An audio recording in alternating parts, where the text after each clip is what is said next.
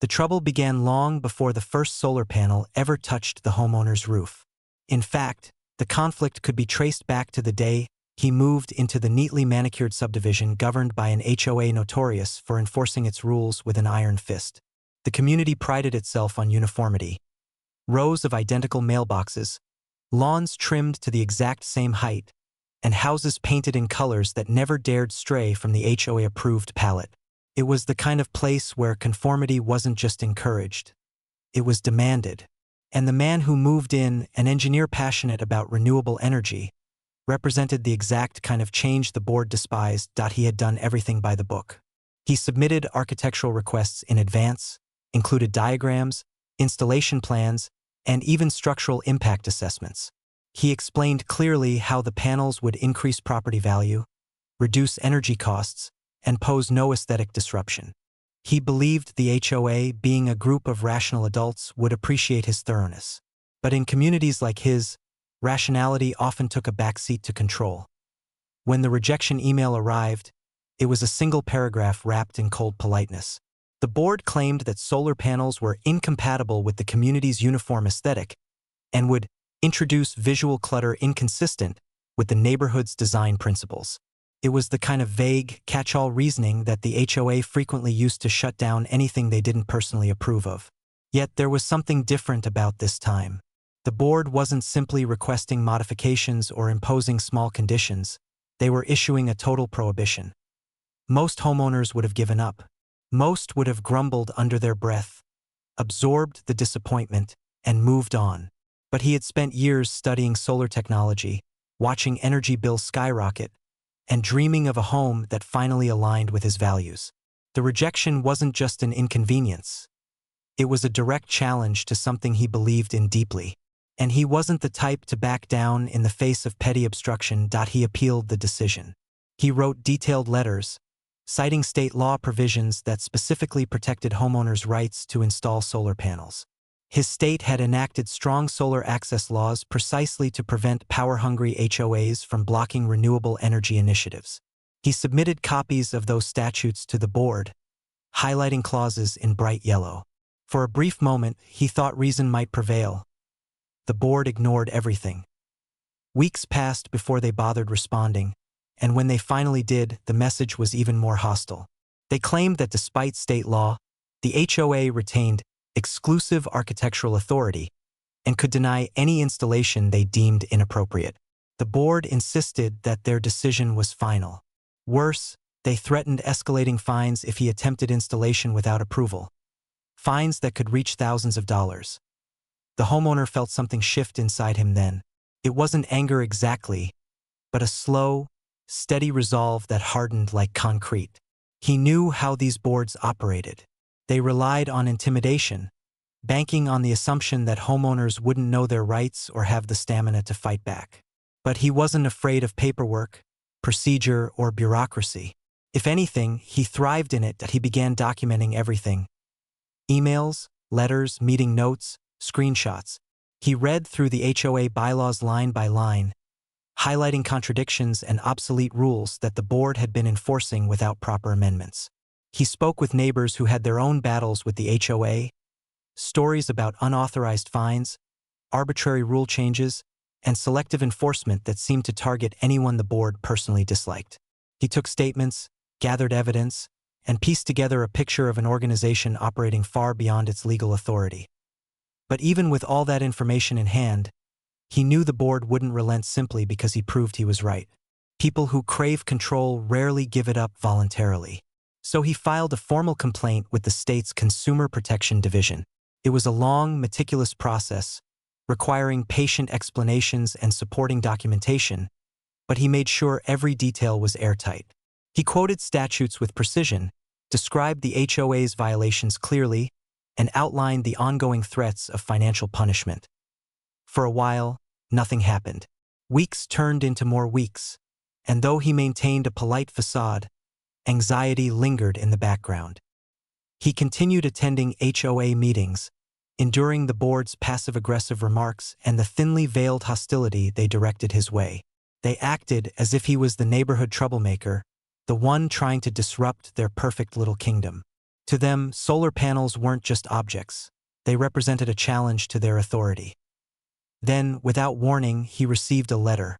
It came in a crisp white envelope with an official state seal stamped on the front. Inside was a notice informing him that his complaint had been accepted, reviewed, and escalated. The State Attorney General's office would be opening a preliminary investigation into the HOA's conduct, with a focus on potential violations of the state's solar access laws. The letter even included the name of an assigned investigator and outlined the next steps in the process. He read the letter 3 times before the weight of it fully hit him. The State Attorney General. Not simply a local mediator, not a small claims arbitrator, but one of the highest legal authorities in the state. Suddenly, the playing field had shifted dramatically, and the HOA's self-assured dominance no longer felt so inevitable. Still, he knew the battle was far from won. The HOA was notorious for doubling down under pressure. He expected retaliation. He expected pettiness. And sure enough, within days, he found new violation notices in his mailbox. Claims about minor landscaping issues, non-compliant trash bin placement, and phantom rule infractions that had never been enforced before.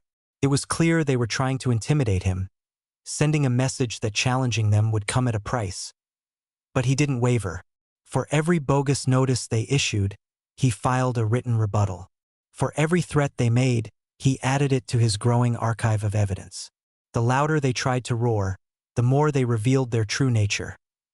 Meanwhile, the investigator assigned by the Attorney General requested copies of all correspondence. The homeowner provided everything, knowing that the paper trail spoke volumes. The investigator also began contacting other residents, individuals who, finally feeling emboldened by an outside authority, started to share their own experiences with the HOA's overreach. What began as a single issue about solar panels quietly expanded into something much larger, something the board could no longer control. And as whispers circulated throughout the neighborhood, the once untouchable HOA board began showing signs of panic. The president called an emergency meeting. The treasurer was seen pacing nervously in his driveway. Board members who once acted smug and unapproachable now avoided eye contact altogether. It was clear they knew the seriousness of what was unfolding.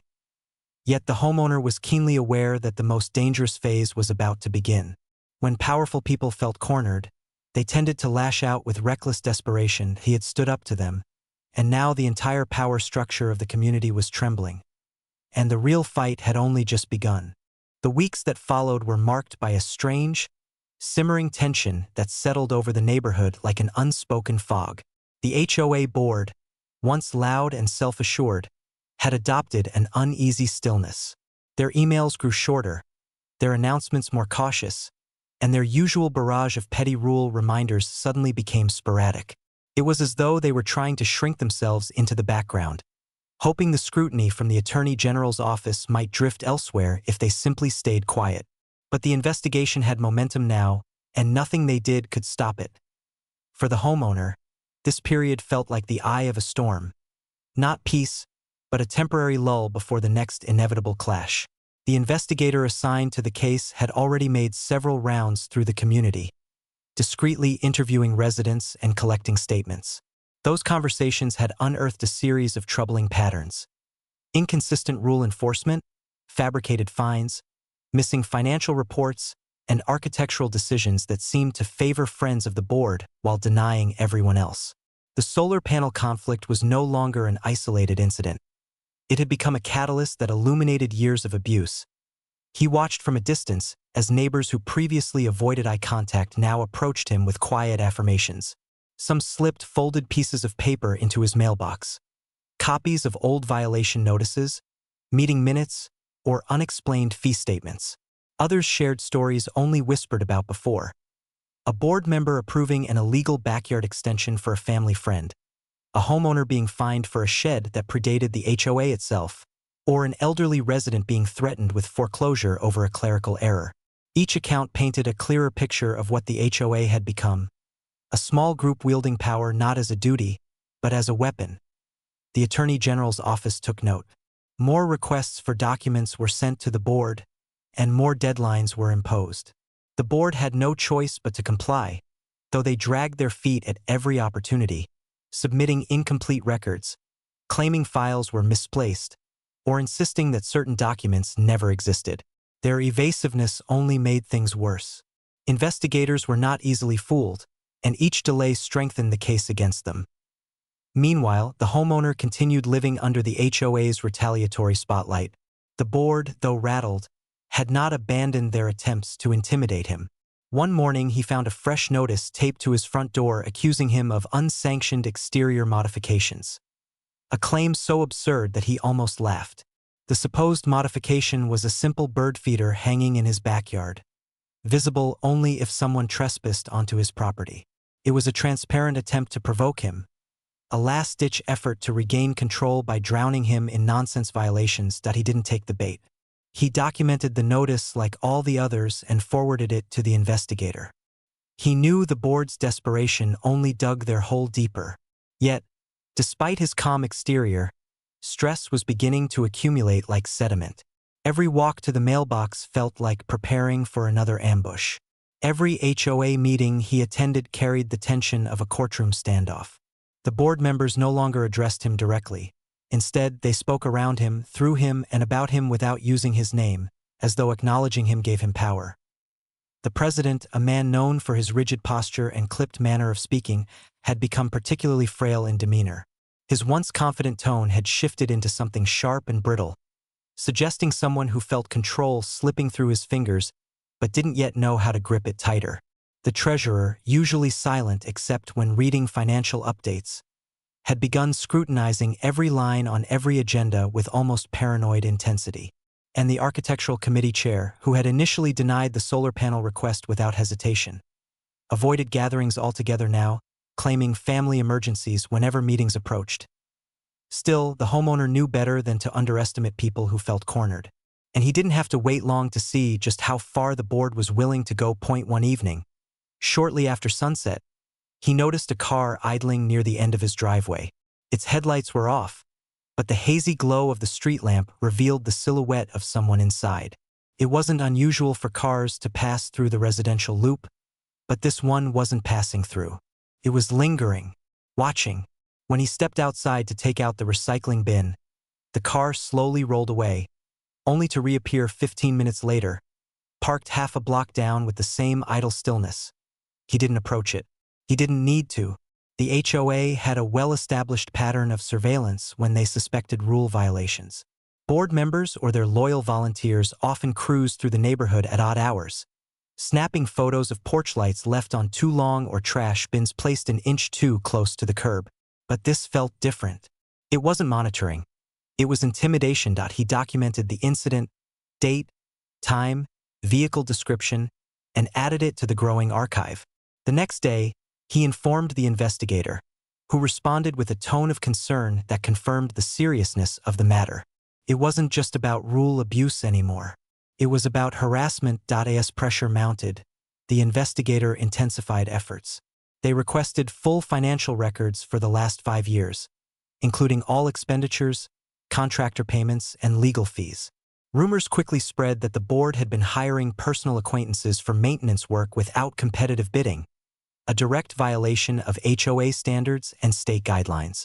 Questions also arose about the disappearance of reserve funds that should have been allocated for community repairs. The neighborhood, once tightly wrapped in secrecy by the board, was unraveling thread by thread. The homeowner could feel the shift. Conversations grew louder, more open. Neighbors who used to remain silent during meetings now spoke with boldness, demanding explanations and transparency. Board members appeared overwhelmed, scrambling to maintain their facade of authority. And then came the turning point. A formal notice was delivered to all residents, stating that the State Attorney General's office would be conducting an on-site compliance audit. Investigators would be reviewing board operations, interviewing homeowners, and examining whether the HOA had violated state law through misconduct, mismanagement, or abuse of power. The audit would begin within days. Panic rippled through the board like a silent scream. Emergency meetings were held behind closed doors. Members rushed to clean up digital records, reconstruct missing documents, and patch the cracks in their story. But it was too late. The investigator had already gathered enough evidence to know where to dig as the audit approached. The homeowner felt a strange combination of relief and anticipation. The battle he had been dragged into was turning in his favor. Yet he knew the final confrontation was still ahead. Once investigators arrived, the board's carefully constructed empire would face the kind of scrutiny it had long evaded. But the homeowner couldn't shake the sense that the board wasn't finished with him. Their desperation had already revealed the lengths they could go to, and desperate people rarely surrendered gracefully. What came next, he knew, would decide everything: the solar panels, the board, and the future of the entire community. The morning the audit began, the neighborhood felt eerily silent, as though the very air had paused to hold its breath. Cars moved slowly along the cul-de-sacs, residents lingered by their windows, and a subtle current of anticipation settled over the streets. The HOA board, once omnipresent and overbearing, was nowhere to be seen. Not a single member stood at the clubhouse door to greet the arriving investigators. Instead, the boardroom, usually a space where rules were barked and fines were issued, had become a battleground none of its commanders dared to enter. The investigators arrived in unmarked cars, nondescript in appearance but unmistakable in intent. They carried folders, sealed envelopes, and tablets filled with months of collected reports. One by one, they entered the clubhouse, where tables had been arranged for interviews and document review. A sign on the door instructed homeowners to come at their assigned times. The homeowner who started it all, the one whose solar panels had triggered this avalanche, had chosen a late afternoon slot, preferring to let the storm unravel before stepping into its center. Throughout the morning, residents streamed in and out of the clubhouse, some looking relieved, others shaken.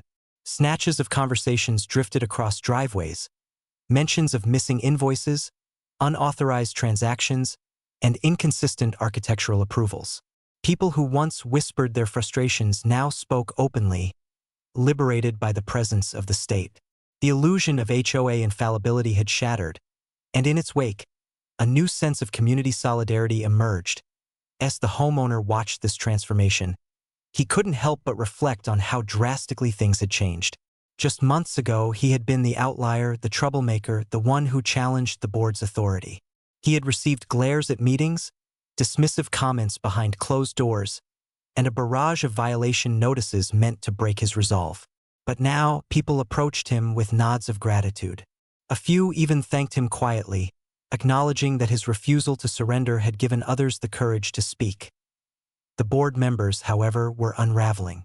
The HOA president had been spotted earlier that morning pacing outside his home, phone pressed tightly to his ear, voice strained and frantic. The treasurer had driven off just before investigators arrived, returning an hour later with a box of disheveled paperwork that looked hastily assembled. The architectural committee chair, the original architect of the solar panel denial, had canceled her interview 3 times, claiming scheduling conflicts that the investigators promptly disregarded. A new appointment was set for her with no option to reschedule. As afternoon arrived, it was finally time for the homeowner's interview. He walked toward the clubhouse with the same steady resolve that had carried him through every stage of this battle. Inside, the atmosphere was stark and focused. Papers were stacked neatly across tables, and the subtle hum of fluorescent lights filled the room. A pair of investigators greeted him with measured professionalism, guiding him to a seat across from a large binder labeled simply, HOA Case File. The interview was calm but thorough. They asked about timelines, about specific communications, about the threats of fines, and about the pattern of retaliatory notices. He explained everything clearly, providing dates, screenshots, and printed copies of every exchange with the board. Whenever he presented a document, the investigators examined it carefully before adding it to their collection. He spoke of the cars parked outside his house late at night, of violation notices taped to his door, and of the board's insistence that they held exclusive authority despite state law. He didn't embellish or dramatize, he didn't need to. The evidence spoke with a clarity that no exaggeration could improve. When the interview ended, one of the investigators thanked him, their expression firm but appreciative. They informed him that the audit had uncovered multiple areas of concern: possible financial mismanagement, violation of state solar access laws, improper documentation handling, and repeated instances of homeowner harassment. The full report would take time to compile, but preliminary findings were substantial enough to warrant immediate action. As he left the clubhouse, he noticed something unexpected. A crowd had gathered outside. Not large, but enough to show that people were waiting for news. Their eyes turned toward him, hopeful, curious, anxious. And though he didn't speak, his expression told them what they needed to know. Shoulders relaxed. Conversations resumed. For the first time in months, the neighborhood felt something close to normal. Over the next several days, the fallout began. A formal letter from the Attorney General's office was delivered to every home. It outlined the findings in clear, uncompromising language. The HOA had violated multiple state statutes, including those governing solar access and fair enforcement of community rules. The board was ordered to suspend specific powers until further notice, including the issuance of fines and architectural restrictions. A temporary administrator, an outside manager with no ties to the community, would oversee operations while the investigation continued. The reaction was instantaneous. Residents who had once feared speaking against the board now voiced their frustrations openly. Special meetings were called to discuss next steps. Petitions circulated demanding the resignation of board members. Neighbors who had silently endured harassment stepped forward, sharing their stories and adding to the growing momentum for change. Under this mounting pressure, the board finally cracked. The treasurer resigned first, citing personal stress. The architectural chair stepped down next, leaving a brief statement about her unexpected need for privacy. The president held on longest, clinging desperately to the remnants of authority. But as more details about financial discrepancies emerged, even he could no longer maintain his position. One evening, under the glow of porch lights and the watchful eyes of dozens of residents, he delivered a statement announcing his resignation effective immediately. The HOA board, once feared and untouchable, had collapsed. With new leadership on the horizon and state oversight ensuring compliance. The community began to rebuild. Meetings became more transparent, finances were opened for review, and homeowners were encouraged to participate in decision-making. The temporary administrator worked diligently to undo years of neglect, addressing maintenance issues, reviewing old fines, and restoring trust within the community. And finally, after months of conflict, documentation, and perseverance, the homeowner received a letter he had waited for since the very beginning. His solar installation was approved. Not cautiously, not reluctantly, but officially and unequivocally, in compliance with state law. The letter came with a formal apology from the temporary administrator for the hardship he had endured. It wasn't necessary, but it meant something nonetheless. A symbolic acknowledgement of the injustice he had fought against. When the panels were finally installed, neighbors stopped by to admire them. Some asked questions about the process. Others simply congratulated him. The panels gleamed in the sunlight, a quiet reminder of everything he had overcome. Resistance, retaliation, intimidation, and the weight of entrenched authority. They were more than just an energy source. They were a victory. And as the HOA slowly reshaped into something fairer, more transparent, and more accountable, the panels stood as a symbol of how one homeowner's persistence had sparked a transformation far larger than he ever intended. For the first time in a long time, the neighborhood didn't just look like a community. It finally felt like one.